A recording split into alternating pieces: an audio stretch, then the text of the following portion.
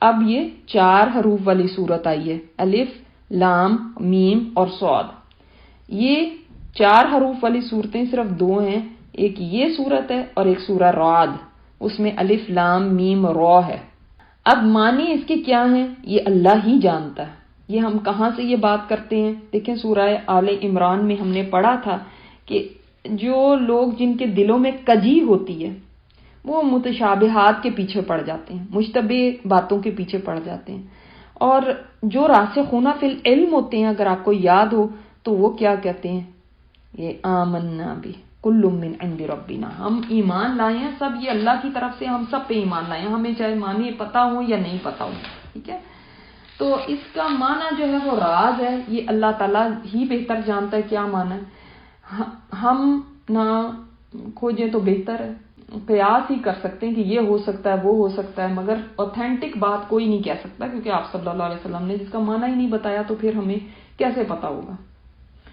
ہاں ایک بات ضرور ہو سکتی ہے کہ اہل عرب چونکہ اپنے آپ کو بہت بڑا زبان دان سمجھتے تھے، بڑا فصیح اللسان کہتے تھے خود کو، تو ان حروف کو دے کر ان کو یہ چیلنج دیا گیا کہ دیکھو قرآن انہی حروف سے بنا ہوا ہے، تم بھی تو انہی حروف سے بات چیت کرتے ہو نا، تو کوئی ایسا ہی کلام لے آؤ، کوئی ایسی کتاب لا کے دکھاؤ۔ اور یہ چیلنج کئی دفعہ قرآن پاک میں آیا ہوا ہے، اور آپ نوٹس کریے گا کہ جب بھی حروف مقطعات آتے ہیں نا تو ان کے بعد ضرور قرآن پاک کی کوئی بات آتی ہے۔ بات پھر علماء کہتے ہیں نا کہ شاید یہی وجہ ہو کہ اہل عرب کو ایک چیلنج دیا گیا اور اس کے بعد قرآن کی فضیلت بیان کی گئی۔ کتاب کہتے ہیں لکھی ہوئی چیز کو۔ فلا یقم فی صدرک حرج، تو نہ ہو آپ کے سینے میں کوئی حرج منہ، اس سے آپ کے سینے میں کوئی تنگی نہیں ہونی چاہیے اس سے۔ تو کیا مطلب تنگی نہیں ہونی چاہیے؟ سب سے پہلے تو یہ کہ یہ ایک کتاب ہے جو اللہ کی طرف سے آپ صلی اللہ علیہ وسلم کی طرف اتاری گئی، یعنی وہ لوگ عرب لوگ کہتے تھے کہ یہ آپ صلی اللہ علیہ وسلم کا کلام ہے، یہاں یہ آپ کہیں سے سیکھ کے آئے ہیں، تو فرمایا گیا نہیں، یہ آپ کی طرف اتاری گئی ہے، اور آپ صلی اللہ علیہ وسلم کو کہا گیا کہ آپ کے سینے میں اس سے کوئی حرج نہ ہو، تنگی نہ ہو۔ تو اس کے احکام سے تنگی نہیں ہوتی تھی، بلکہ آپ خود سوچیں مکی دور کا آخر ہے، آخر کے چند سالوں میں یہ سورہ اعراف نازل ہوئی ہے، اور آپ صلی اللہ علیہ وسلم کتنی مدت سے ان کو دعوت دے رہے ہیں، مگر کتنے لوگ مسلمان ہوئے تھے جانتے ہیں آپ؟ مکی دور میں کتنے لوگ مسلمان ہوئے تھے؟ 13 سال کی محنت پہ 150 یا اس سے کچھ زیادہ، بس صرف اتنے سے لوگ مسلمان ہوئے، جبکہ آپ صلی اللہ علیہ وسلم کس قدر محنت کر رہے ہیں، کتنے ہلکان ہو رہے ہیں، اور کتنی ان کو خیر خواہی کے ساتھ دعوت دے رہے ہیں، اس کے باوجود یہ حال تھا۔ تو جس کو پتا ہو کہ یہ کس طرف جا رہے ہیں، ان کا انجام کیا ہے، میرے سمجھانے پہ بھی ان کو سمجھ نہیں آ رہی، اس کا دل تنگ ہوگا کہ نہیں ہوگا؟ اللہ تعالیٰ خود فرمانا پڑا کہ اے نبی آپ اپنی آپ کو ہلاک کر دیں گے کیا ان کے پیچھے کہ یہ نہیں ایمان لاتے؟ تو اس غم کے اندر اپنے آپ کو گھلا دیں گے۔ تو آپ صلی اللہ علیہ وسلم اتنا غم کیا کرتے تھے، آپ کا دل تنگ ہوتا تھا، سینہ گھٹتا تھا، اور یہ سراسر آپ صلی اللہ علیہ وسلم کی شفقت، آپ کی محبت، آپ کے دل کے اندر ان کے لیے جو خیر خواہی کے جذبات تھے جس کی وجہ سے تھا۔ یہ کتاب نازل کی گئی آپ کی طرف، کس لیے؟ کیا مقصد ہے اس کتاب کا؟ لِتُنذِرَ بِهِ، تاکہ آپ اس کے ذریعے وارن کریں، انذار کہتے ہیں ہم نے ترجمے میں تو ڈراوا لکھ دیا نا، تم ڈراؤ اس کے ذریعے، اصل میں انذار کا مطلب ڈراوا نہیں ہوتا، آپ اس کو کہہ سکتے ہیں ڈراوا، مگر ڈراوا اس کا پورا میننگ نہیں دیتا۔ انذار کا مطلب ہوتا ہے کسی کو خبردار کرنا انتہائی شفقت کے ساتھ۔ مثلاً آپ کسی اندھے کو دیکھ رہے ہیں کہ وہ جا رہا ہے، آگے کھائی ہے، آگے کوئی خطرہ ہے، تو آپ اس کو بڑی شفقت کے ساتھ، محبت کے ساتھ کہتے ہیں آگے خطرہ ہے، اس کو بتاتے ہیں، سمجھاتے ہیں، اس کو آپ وارن کر رہے ہیں، یہ انذار ہے، گر جاؤ گے، تم کسی بری چیز میں پھنس جاؤ گے، ہلاکت ہے آگے، اور یہی انبیاء کا کام تھا کہ وہ انذار کرتے تھے ان لوگوں کو جو غلط راستے پہ چلنے والے تھے، جو کفر کرنے والے تھے، جو شرک میں پڑے ہوئے تھے، کہ شفقت کے ساتھ ان کو وارن کرتے تھے کہ اس کا انجام صحیح نہیں ہے، یہ کس طرف پڑ گئے ہو تم، اتبعو پیروی کیجئے۔ اتباع کیا ہوتے ہیں؟ فٹ سٹیپس پہ چلنا، یعنی آپ کسی کو مثلاً آپ بیچ وغیرہ پہ دیکھیں، سمندر کے کنارے آپ ریت پہ لوگ چل رہے تھے، ان کے پیر کے نشان ہوتے ہیں نا وہاں پہ، اگر آپ ان پیروں کے نشانوں پہ اپنے پیر رکھ کے چلنے لگے، بعض دفعہ بچے ایسا کرتے ہیں، تو اس کو کہتے ہیں اتباع، یعنی کسی کو بالکل ایز اٹ از فالو کرنا، یہ اتباع ہوتی ہے، ٹھیک ہے؟ تو اتبعو پیروی کرو کس چیز کی؟ ما انزل الیکم جو نازل کیا گیا تمہاری طرف، من ربکم تمہارے رب کی طرف سے، یعنی نبی علیہ الصلوۃ والسلام پہ جو بھی نازل کیا اللہ تعالیٰ نے، چاہے وہ قرآن کی صورت میں چاہے وہ حدیث کی صورت میں۔ قرآن وہی متلو ہے جس کی تلاوت کی جاتی، حدیث وہی غیر متلو ہے جس کی تلاوت نہیں کی جاتی، مگر ہے وہ بھی اللہ کی طرف سے، آپ صلی اللہ علیہ وسلم نے اپنی طرف سے نہیں باتیں بولی۔ فالو کرو اس کو، اس کا مطلب یہ اللہ کا حکم ہے کہ قرآن کو فالو کیا جائے، حدیث کو فالو کیا جائے۔ آپ فالو کیا کریں گے اگر آپ کو پتہ ہی نہیں ہے کہ اس میں ہے کیا؟ پھر لوگ سوال کرتے ہیں جی قرآن کو پڑھنا، اس کو سمجھنا، اس کو سیکھنا، کیا یہ فرض ہے؟ اللہ تعالیٰ نے آپ سے قرآن کے ذریعے ہی تو بات کی ہے کہ وہ آپ سے کیا چاہتا ہے۔ قرآن کو آپ ایسے ایک بک نہ سمجھے کہ بس ایک بک ہے، ایک ریلیجس بک، جسٹ لائک ان لوگوں کی بک ہے، کسی کی گیتا ہے، کسی کی پتہ نہیں کیا کیا چیزیں، جو بھی ان کے نام ہیں۔ تو اس طرح سے یہ نہیں ہے قرآن، یہ اللہ تعالیٰ آپ سے کلام کر رہا ہے، آپ سے، مجھ سے، ہم سب سے کلام کر رہا ہے۔ جب اللہ آپ سے کلام کرے، اب آپ کسی کو پوچھیں یہ بات سننی فرض ہے، یہ سمجھنی فرض ہے، یہ کس قسم کی بے وقوفانہ بات ہے کہ یہ سوال ہی بے وقوفانہ ہے کہ انسان یہ پوچھنے لگے یہ فرض ہے۔ آپ کا رب آپ سے کلام کر رہا ہے، جس نے آپ کو پیدا کیا، جس نے آپ کی پرورش کی، جس نے آج تک جو آپ کے پاس ہے وہ آپ کو عطا کیا، وہ آپ سے بات کر رہا ہے، آپ پوچھ رہے ہیں یہ فرض ہے؟ کیا ہو گیا ہماری عقلوں کو؟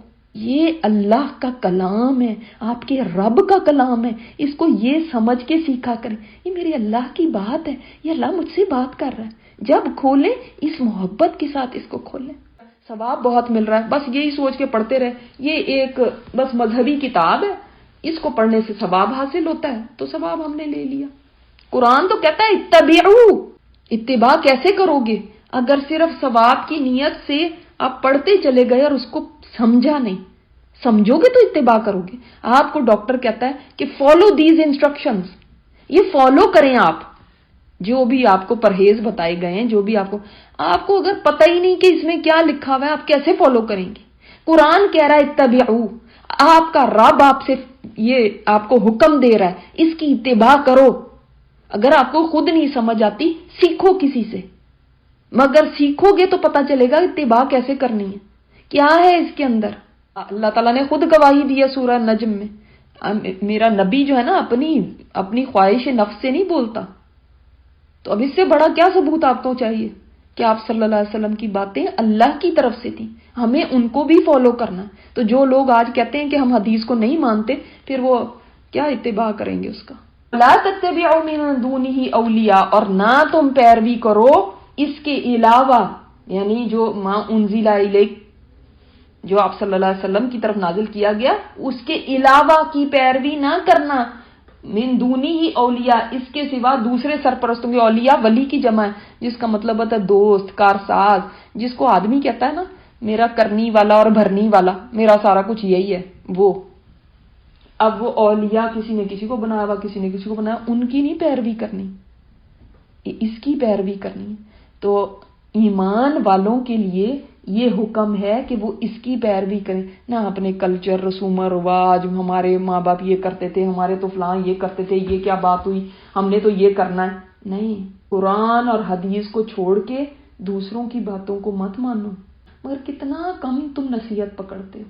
اللہ تعالیٰ تمہیں نصیحت کر رہا ہے، لیکن لوگوں کا حال یہ ہے کہ جوں تک نہیں رینگتی سر پہ، اتبعوا ما انزل الیکم من ربکم، لیکن ہم نے تو اتباع کرنی ہے اپنے نفس کی، ہمیں تو جو ہمارا دل کہتا ہے ہم نے تو اس پہ چلنا ہوتا ہے، اس کو فالو کرنا ہوتا ہے۔ ہم کہاں ما انزل الیکم من ربکم کو کچھ سمجھتے ہیں، قرآن اور حدیث کی وہ اہمیت نہیں ہے ہمارے دلوں کے اندر. ہاں پڑھنے کی حد تک ہے، رسپیکٹ کی حد تک ہے، بہت رسپیکٹ کریں گے، پر اس کے بعد کیا ہے؟ جب اتباع کا معاملہ آتا ہے تو کس کی کرتے ہیں؟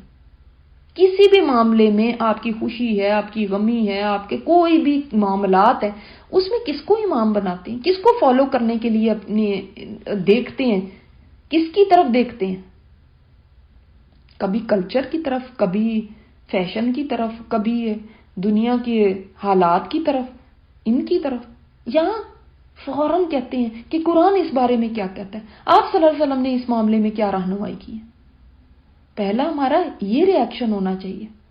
تو اللہ تعالیٰ نے فرمایا بہت کم لوگ ہیں جو نصیحت پکڑتے ہیں. اور تو قریہ بستی کو کہتے ہیں، یعنی مطلب ہے بستیوں والے مراد ہیں. اہلکنا، ہم نے ہلاک کر دیا ان کو. یعنی جب انہوں نے نصیحت نہیں پکڑی، انہوں دے ڈنٹ کیئر، تو پھر کیا ہوا؟ بہت ساروں کو اللہ تعالیٰ نے ہلاک کر دی. یہ ہے تذکیر بھی ایام اللہ، اس کو کہتے ہیں. یعنی اللہ تعالیٰ نے تذکیر کیا، نصیحت کی ہے اپنے دنوں سے. اللہ کے جو دن، اللہ کے وہ دن ہیں جس میں کئی قومیں تباہ ہو گئیں. آج آپ دنیا میں جا کے دیکھیں، کبھی دیکھا کریں یہ جو آثار قدیمہ، یہ جو بستیوں کے آثار ملتے ہیں، کیا ان کے حالات یقین جانے. انہوں نے اتنی ترقیاں کی نہیں، اتنی وہ چیزوں کے علم رکھنے والے تھے. آج بھی لوگ حیران ہوتے ہیں کہ یہ جو ان کی رائٹنگز ہیں وہ ہم نہیں پڑھ سکتے. جو فرعون کی جو سارے انہوں نے بنائے ہوئے، وہ انسان حیران ہوتا ہے کہ یہ اتنے بڑے بڑے مونیومنٹس آج تک کھڑے ہوئے کیسے انہوں نے بنائے ہوں گے. اسی طرح موئنجو داڑو، ہڑپا، پومپے کی بستی، کیا کتنی ہی بستیاں واقعی اللہ نے ہلاک کر دی. قوم لوط آج تک وہ نیچے پڑی ہوئی ہے ڈیڈ سی کے، اس کا کیا حال ہوا. سمود کے آثار ہیں، پھر ان کو بسانے والا بھی دوبارہ کوئی نہیں ہے. آج تک وہ ویسے ہی ہیں، ان کے اندر ویرانے اور ان کے اندر ایک وحشت ہے. یہ وہ لوگ تھے جنہوں نے اللہ کی بات کو نہیں سنا، نہیں سمجھا. تو دیکھو تو صحیح، تم آنکھیں تو کھولو، کتنی ہی بستیاں ہیں ان کو ہم نے ہلاک کر دیا. فَجَاءَهَا بَأْسُنَا بَيَاتًا أَوْ هُمْ قَائِلُونَ، آیا ان کے پاس ہمارا عذاب رات کے وقت یا وہ دوپہر کے وقت کیلولا کر رہے تھے. اللہ تعالیٰ تو ہمیں معاف کر دینا.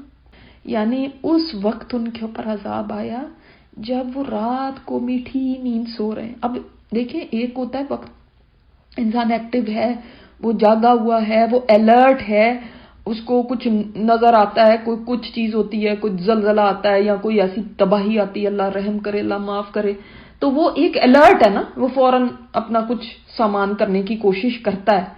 لیکن جب رات کے وقت جس وقت بالکل غفلت ہے، اندھیرا چھایا ہوا ہے، انسان بڑے مزے سے سو رہا ہے، اس کو لگتا ہے کہ کچھ نہیں ہونا، اس وقت ایسے اچانک جیسے کوئی دبوچ لے، اس وقت انسان کی حالت کیا ہوتی. اب رات کے بعد تو اگر کوئی الارم بھی بج جائے نا ایک دم اچانک، یا کوئی باہر کوئی دھماکے کی آواز آئے، تو انسان ہڑبڑا جاتا ہے، اتنا خوف زدہ ہو جاتا ہے.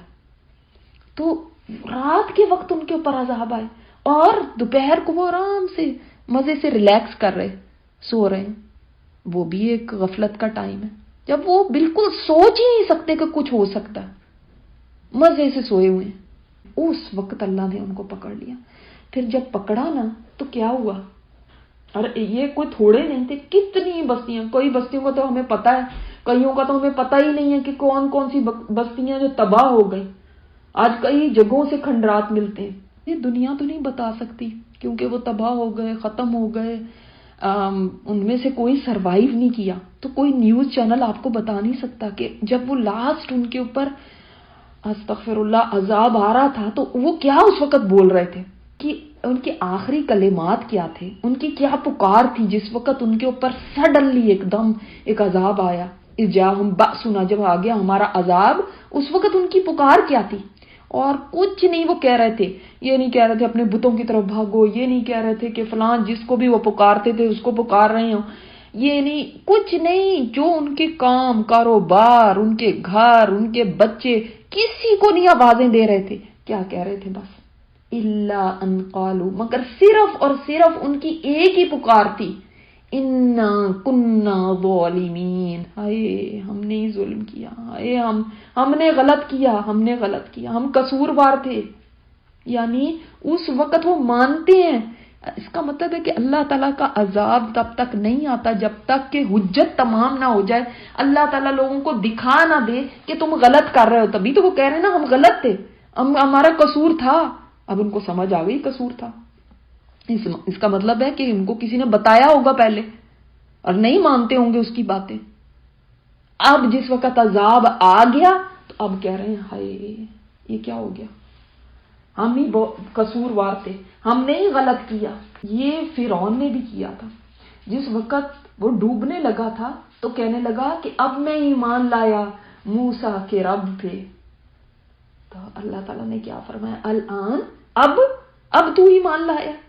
یعنی اس وقت کا ایمان کوئی فائدہ مند نہیں ہوتا. اس وقت کا یہ کہنا, دیکھیں زندگی میں کوئی کہہ دینا ربنا ظلمنا انفسنا, جیسے یہ کہہ رہے ہیں انا کنا ظالمین, ہاں میں ظالم, تو کوئی کہہ دے زندگی کے اندر کہ اللہ میں نے اپنی جان کے اوپر ظلم کیا, میں نے غلط کیا, میں قصوروار ہوں, تو کچھ بن سکتا ہے آپ کا.